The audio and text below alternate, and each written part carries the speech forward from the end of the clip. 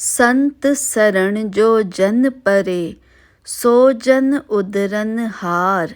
संत की निंदा नान का, बहर बहर अवतार। संतों की शरण में जाने से एक इंसान जितने भी पाप कर्म कर चुका हो, अगर वो एक पल के लिए भी संतों की शरण में चला जाए तो उसका उद्धार निश्चित है। और अगर कोई संतों की निंदा करता है तो उसे बार बार इस सृष्टि पर आकर जन्म लेकर उस पीड़ा को सहना पड़ता है जो उसने इतना बड़ा पाप कर्म कमाया है। उसे इस पाप कर्म को न जाने कितने ही जन्मों तक उसको निपटाना होता है। संतों का संग बड़े ही भाग्यशाली वालों को मिलता है। संतों की संगत बड़े ही ऊंचे कर्मों वालों को मिलती है। अगर आपका हृदय वाहिगुरु का सिमरण करता है, वाहिगुरु का जाप करता है, तो आप सोचिए कि आपने न जाने कितने ही अच्छे और पुण्य कर्म करे हैं जो वाहिगुरु की शरण आपको मिली। परमात्मा इस दुनिया में संत महापुरुषों के रूप में स्वयं प्रकट हुए हैं।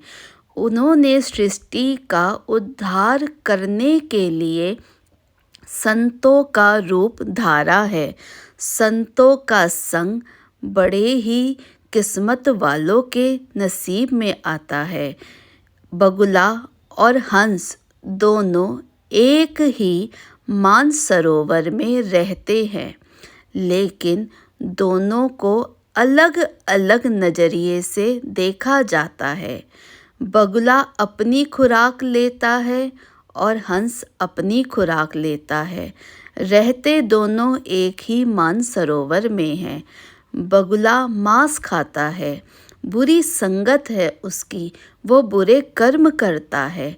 लेकिन हंस उसी मानसरोवर में रहकर मोती चुगते हैं। हंसों की खुराक मोती है, अच्छे कर्म है। उसी मानसरोवर में मांस भी है और उसी मानसरोवर में मोती भी है। इसी तरह दोनों एक ही रंग रूप के हैं, एक ही जैसे दिखाई देते हैं, लेकिन अपने अपने कर्मों के हिसाब से अलग अलग उनकी कार्यशैली है, अलग अलग प्रक्रिया है। इसी तरह हर इंसान इस दुनिया में एक जैसा ही है, लेकिन एक इंसान बुरे कर्मों का रास्ता अपनाता है और वही दूसरा इंसान इस दुनिया में रहकर अच्छी राह पर चल रहा है। जो बुरे कर्म करते हैं उन्हें उसका हिसाब और लेखा जोखा मालिक की दरगाह में देना पड़ेगा और उसके बदले जो भी दंड होंगे उसके भागीदार वो स्वयं बनेंगे।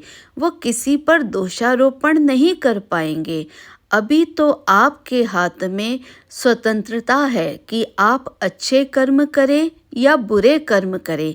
ये आपकी अपनी समझ और इच्छा है, लेकिन जब इसका हिसाब होगा तो इसके लिए कौन सा दंड क्या है ये परमात्मा ही बताएंगे।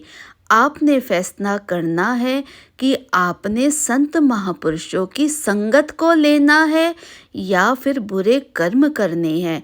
कुसंगति का प्रभाव इतना बुरा होता है कि वो 10 सांपों के विष के बराबर भी नहीं तोला जा सकता। कुसंगति का प्रभाव आपके लिए पल भर में आपके सारे अच्छे कर्मों को पल भर में नष्ट कर देता है। पूरा जीवन हम अच्छे कर्मों के लिए अगर लगाएं और कुसंगति में अगर कुछ पल ही बिताएं तो कुछ पल में ही हमारी वो कुसंगति हमारे अच्छे कर्मों को नष्ट कर देती है। इसलिए सदैव ध्यान रखें कि आपकी संगत कैसी है। भूल कर भी बुरी संगत मत करिए। अच्छी संगत से ही अच्छे कर्म बनते हैं। संत महापुरुष अच्छी संगत किसकी कहते हैं?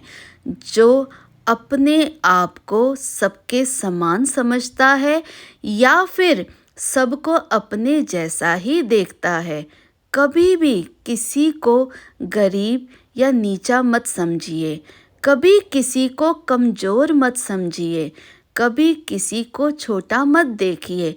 हर किसी को अपने जैसा ही समझिए।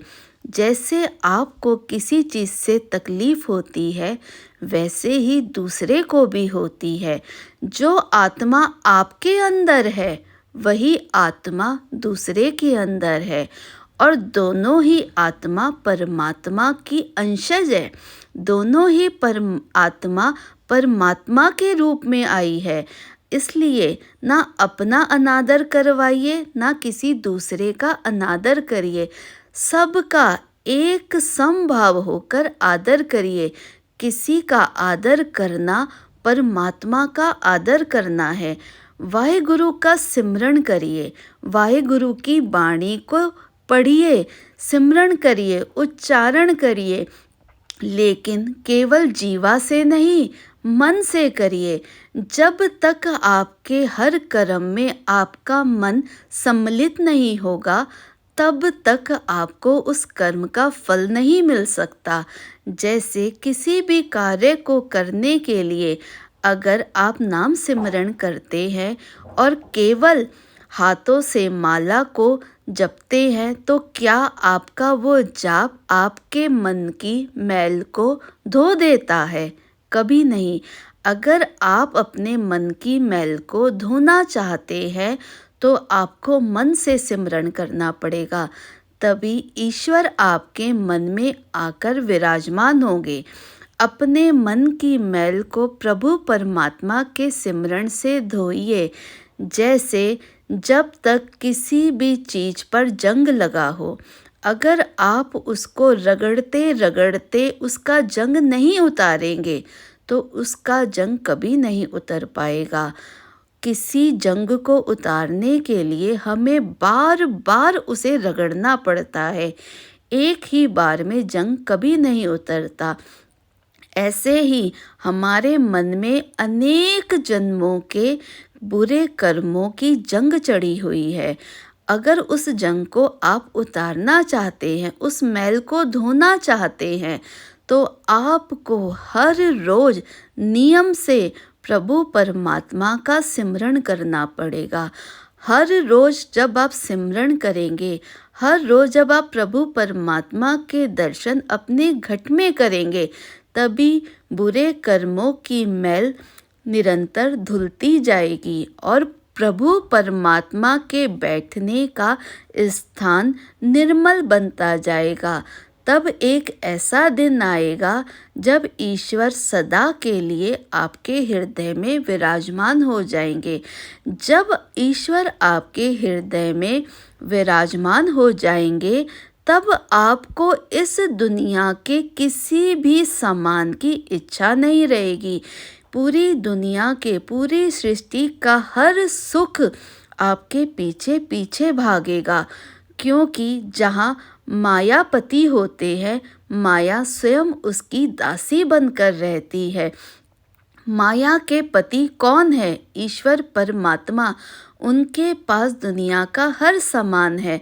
अगर आप अपने जीवन को सुख रूप बनाना चाहते हैं, तो संत महापुरुषों की शरण ग्रहण करें, संतों का संग करें।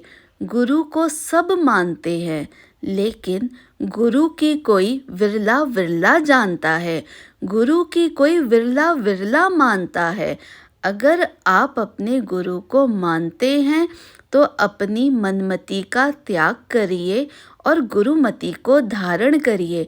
जो आपके गुरु आपको आज्ञा फरमाते हैं, उसी अनुसार चलिए। नित्य नियम से अपने गुरु की हर वाणी का उच्चारण करिए। अपने नियम को पूरा करिए, चाहे कितने भी कष्ट आए। फिर आपके संत महापुरुष, आपके वाहेगुरु, आपके परम पिता परमात्मा कभी आपसे दूर नहीं होंगे। वाहिगुरु जी का खालसा श्री वाहिगुरु जी की फतेह।